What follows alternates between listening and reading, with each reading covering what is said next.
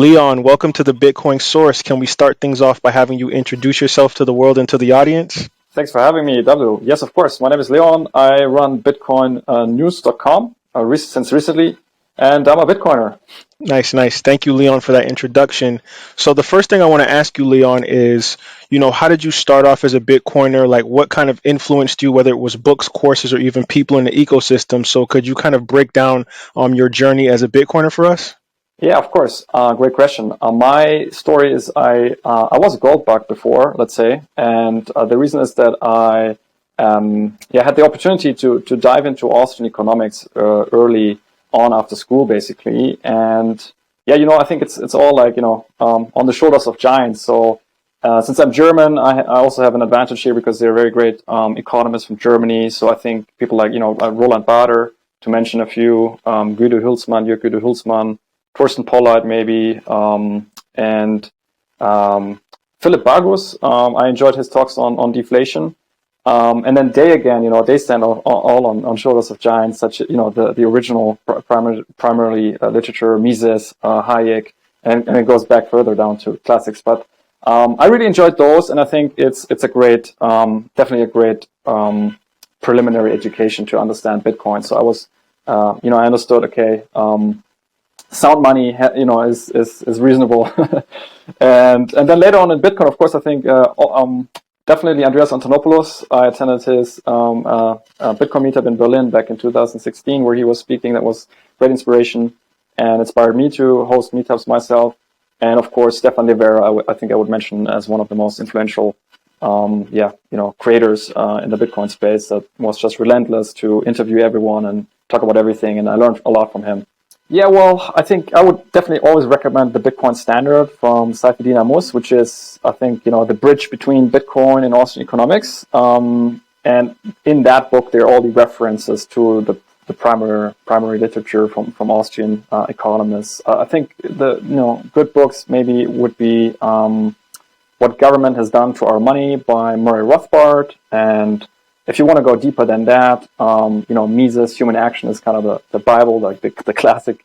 It's a very big book. But there's tons of very cool books that you can enjoy. Also, if you don't like reading that much, there's also a lot of really amazing keynote talks and presentations by Austrian economists. And I think if you follow your curiosity, you'll find the right stuff. Definitely. And what I love about your story, Leon, is that, you really harp on Austrian economics. And when I was in the banking, traditional finance realm, everything was kind of like Keynesian economics. And, Bitcoin wasn't really talked about, back in those days. And I just find it super interesting that you kind of had this school of thought a lot earlier than a lot of other Bitcoiners had, where you kind of had your basics in Austrian economics, where you could learn the sound principles and the fundamentals of sound money. So my next question to you, Leon, is do you think Bitcoin will continue to be a valuable investment in the future? I live in my subjective bubble, basically, right? And I think, one thing the Austrians would remind you of is, you can't predict the future, right? And that's the big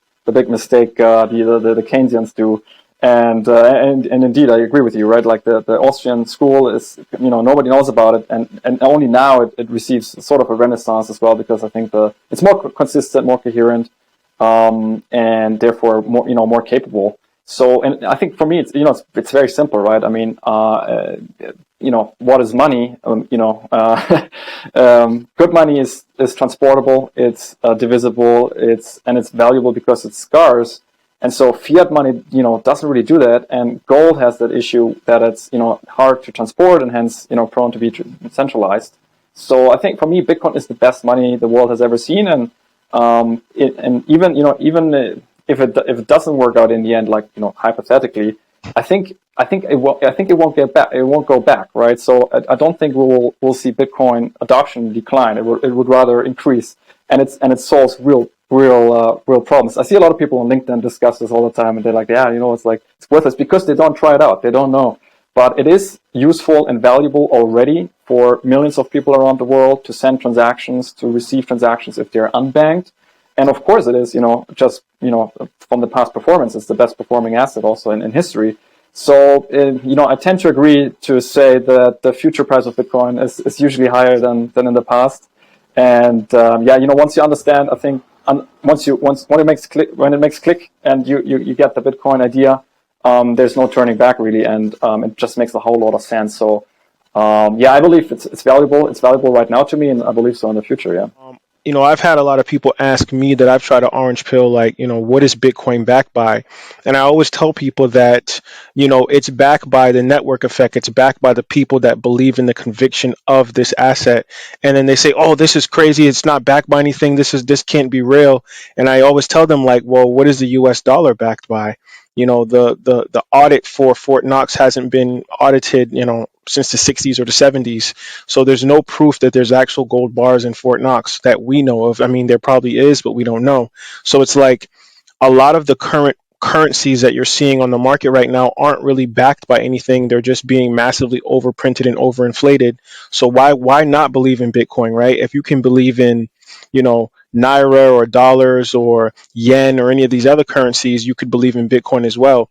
And Leon, what I love about your story and what you're doing is that you're a co-founder of a company called Bitcoin News, which is really based on, getting the education out there, getting the media publications about Bitcoin out to the world. So, like, what inspired you to actually create bitcoinnews.com?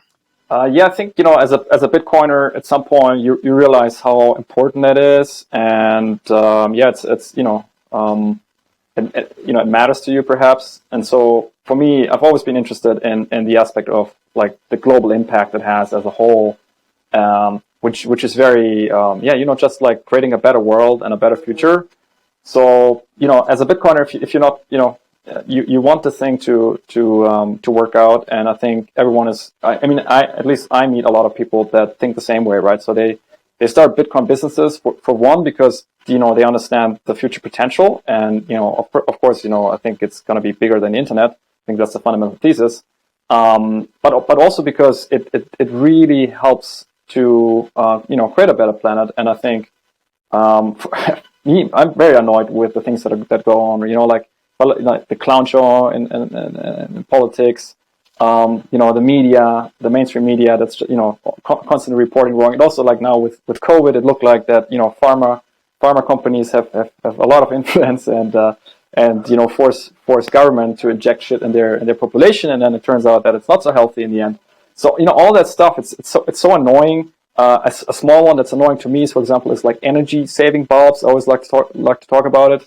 And so it is, so because the government enforced it, right? And like the light bulb itself is beautiful, it's perfect, it works. Of course, you don't make money with it, so that's why they made a law to, ban them, just to have a worse product on the market. And it's all connected in a way, right? Because once you really dive into Austrian economics, I think you make a lot of connections, and you see how interference and the fiat economy really lowest quality, harms fair competition, and hence harms in effect the consumer and what's available for us.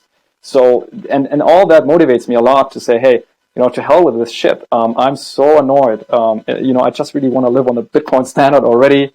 And so it's sort of like a parallel world that we're moving there, and I think that what motivates us. And at Bitcoin News, I think the domain is very valuable, and it was good that now it's it has a clear Bitcoin only strategy, and I see that people who join us as contributors, who publish, who help us, who we're joined by people from like 20 nations, and they all have the same idea that how can we accelerate adoption, right? Like how can we they all have the same idea, like how can we speed that up a little bit because we're also annoyed with the current system, and indeed I think it's definitely time, and because if we don't do it, the consequence might be that we do lose significant opportunity to advance Bitcoin, and the capturing of the government, and that that could have a very negative effect. If we see how much people are manipulated, and if they would buy anything, right? So the CBDC, for example, if governments roll out CBDCs, and then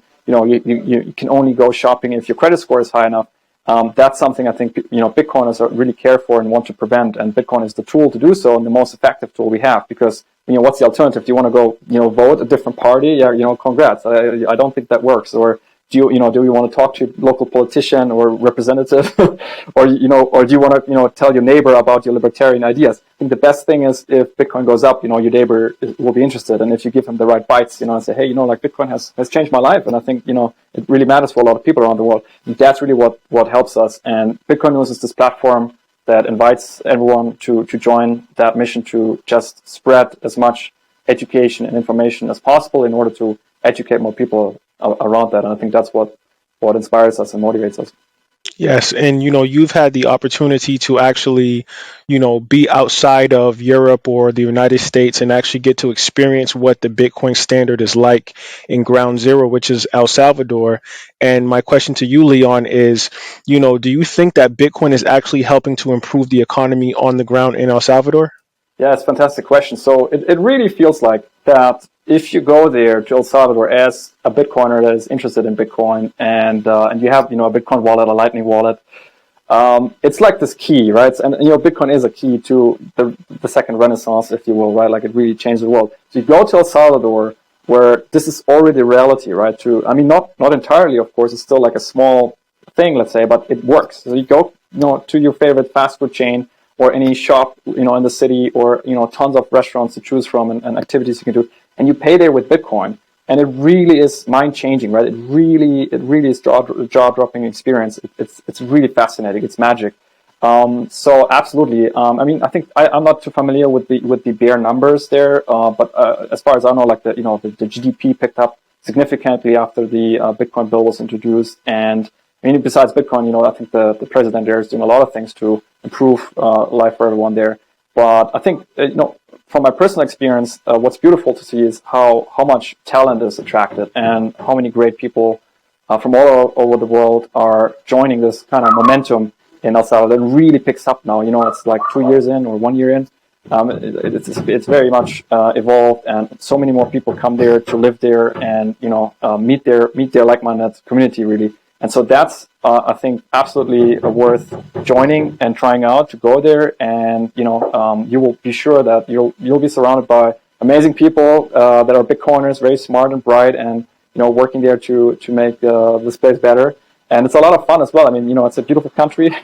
So yeah, absolutely fascinating to see this, and I'm very excited for the future, because this is still it's still just the start, right? It's just the early beginning. So I'm really looking forward to see how this plays out, and hopefully it will really help El Salvador to be its best version. Yes, and like I said, El Salvador is really ground zero for Bitcoiners, and it's almost like a testing ground where, I truly believe that Bitcoin always navigates to the most, where it's most needed, whether it's the most disenfranchised or underserved countries in the world. I think that that's where Bitcoin is most needed for sound money. And El Salvador is a perfect example of that. I always see Max Kaiser talking about how crime is down. The economy is doing a lot better. People are getting jobs. People are understanding the Chivo wallet better, and are actually utilizing Bitcoin in their day-to-day activities.